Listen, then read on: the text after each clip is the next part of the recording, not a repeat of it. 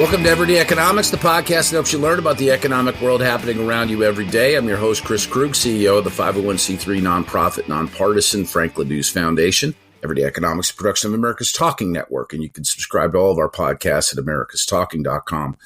To support Everyday Economics, please make a tax-deductible charitable contribution by clicking the link in the show description. We are recording this episode on Friday, May 17th, and joining me, as always, my friend and my colleague, the great one, Dr. Orphe Divounguy, PhD economist. Dr. O, hello, sir. Hey, how you doing, Chris? Do you want to start with a victory lap? I want to talk about the most recent CPI report, but I want to start with a victory lap. Because, if you're not following Dr. O on LinkedIn, you might be losing some money. He's not, a financial prognosticator, but the insights that he offers is pretty good. You had, ahead of this Dow surge, where we hit 40,000 briefly on Thursday, you said might be a good week to buy some stocks.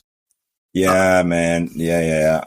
Absolutely. I mean, look, the reality is we've been talking about this disinflation process, and I mean, 4 days ago, I hinted that the consumer price index would likely ease this month.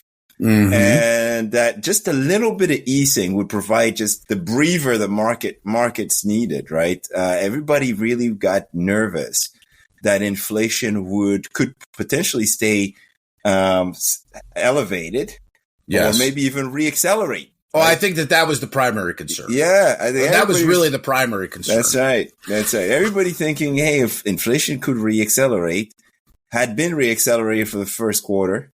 And so the market just was looking for anything, absolutely anything. And it's exactly what happened. We got a CPI report where basically you had some easing taking place. You have CPI coming in, advancing 0.3% in April, down from 0.4% in March. Same thing for core inflation. Mm-hmm. And on a year-over-year basis, headline inflation is down slightly, down to 3.4 in April compared to 3.5 in March.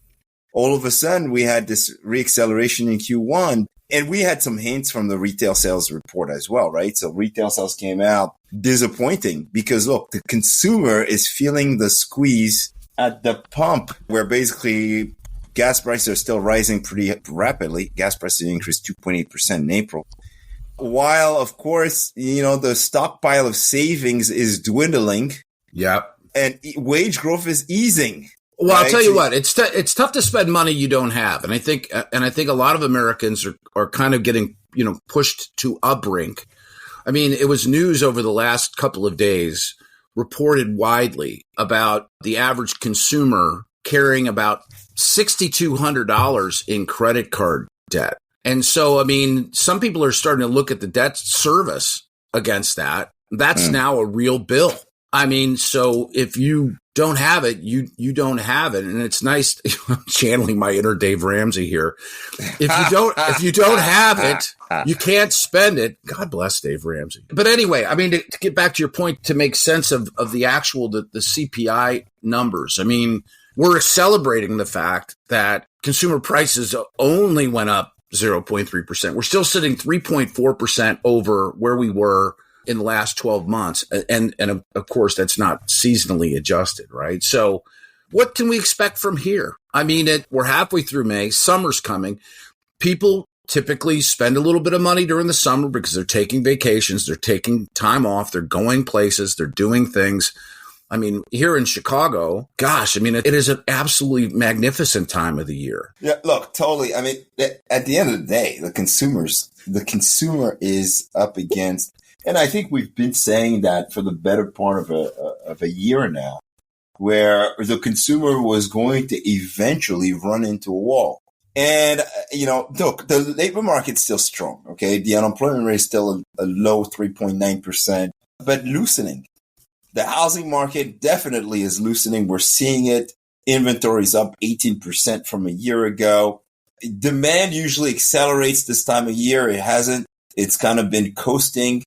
So, right. So you had higher housing supply, demand coasting, meaning inventory is accumulating. Price growth is easing, going to flat, essentially. I mean, I'm looking at prices. Prices are going to flat. They're going to be right.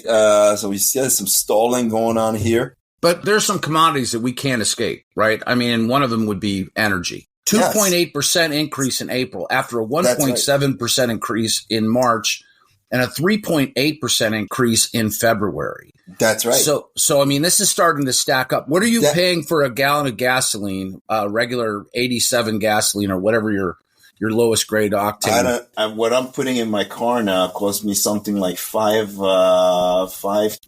like 520. Okay, so we're paying about $4.15 out where I am, and if you go into the city, that number's more like $4.45, $4.50 a gallon for the bottom end. Run your regular car. You know, not everybody here owns a Porsche, Dr. O. I mean, we told you I own the Porsche, Chris. I'd heard that through the grapevine. A man of your stature should probably have 2 or 3 of them. But the bottom line is that, like, you said this like right off the top of the show, you know, that the pain at the pump, that's real. Yes, absolutely. And that is squeezing the consumer, right? So you have the prices, the fact that inflation has been stubborn, right? The things we just can't do anything much about are going to continue to squeeze. They're going to, and you talked about debt servicing, right? With the increase in credit card and auto loan debt, you have a fraction of consumers that are being squeezed and on both sides of the budget constraints. And so that's the thing. The labor market's slowing, the expenditures coming from the higher prices, squeezing the consumer, the debt also on the expenditure, debt servicing also on the expenditure side, squeezing the consumer, debt repayment. All of those things are slowing down the consumer. And I expect, and that's why we expect this inflation to persist. We expect the inflation to continue to ease. Whether or not we're going to get rate cuts, that's still up in the air. I think we're going to need to see more of that. The Fed's going to want to see more of that. 3 months in a row, getting closer to PCE. Look, PCE would have to advance monthly at about 0.1% for the next 3 months. And a core PCE for the Fed to be like, okay, that's it. We're ready to pull the trigger. I think PCE advanced like 0.3% last month. So big downshift is still needed, but I think it's coming. We may end up getting that one cut at the end of the year. The market still expect, I think, 2 starting in September. I don't think that's going to happen necessarily. I think maybe we'll end up waiting until the end of the year, December. We'll see. But yeah, I think the consumer is going to slow down this summer. It's not going to be, look, prices of used cars and trucks fell again in April. Yep. Right. Prices 1.4%. I mean, and now we're kind of like, if you look at used car prices, they sit somewhere in the ballpark of like where they would be pre-pandemic. I mean, you're still talking about $20,000 average price on a used car. So between $18,000 and $20,000, and they're not giving them away. Yeah, but the pre-pandemic comparison is interesting, but it's not really what this is about. We want to see a slowdown in price growth, and now we're seeing deflation in goods, right? And prices falling. Deflation's a scary word, but that's what we're seeing, right? All right. And so you got prices falling, new car prices, airline prices also falling, right? They're not easing, right? They're falling. And so I think there's a lot of weakness here. They can't fall far enough or fast enough. Before we go, the services sector contracted for the first time in a while, according to the ISM services index, which basically measures activity in the services sector. And so you're starting to see real softness, right? First, it was the goods sector that was really soft.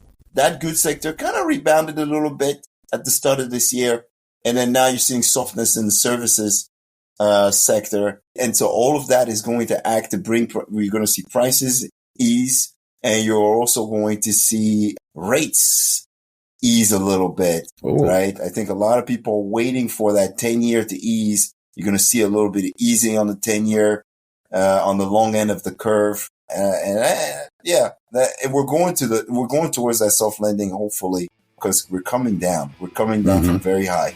Plane's been in the air quite a long time. I appreciate your thoughts as always, Dr. O. For Orphe Divounguy, this has been Chris Krug. Subscribe to Everyday Economics and dozens of other quality podcasts at americastalking.com. Are you tired of news that puts politics over people? At the nonprofit Franklin News Foundation, we believe in putting people over politics by delivering nonpartisan news and audio content that serves you, the American taxpayer. With Franklin News Foundation, you can read fact-based, state-focused news for free at thecentersquare.com. You can listen to civil, balanced conversations between policy experts through our podcast network at americastalking.com. Or you can get in-depth news on K-12 education spending, curriculum, and school safety at chalkboardnews.com. It's all free through Franklin, where we put you, the American taxpayer, first in every story, episode, and conversation. And it's only possible through our supporters. Together, we can produce content that puts people over politics and brings Americans the news they deserve. Become a supporter today at franklinnews.org/donate. Once again, that's franklinnews.org/donate.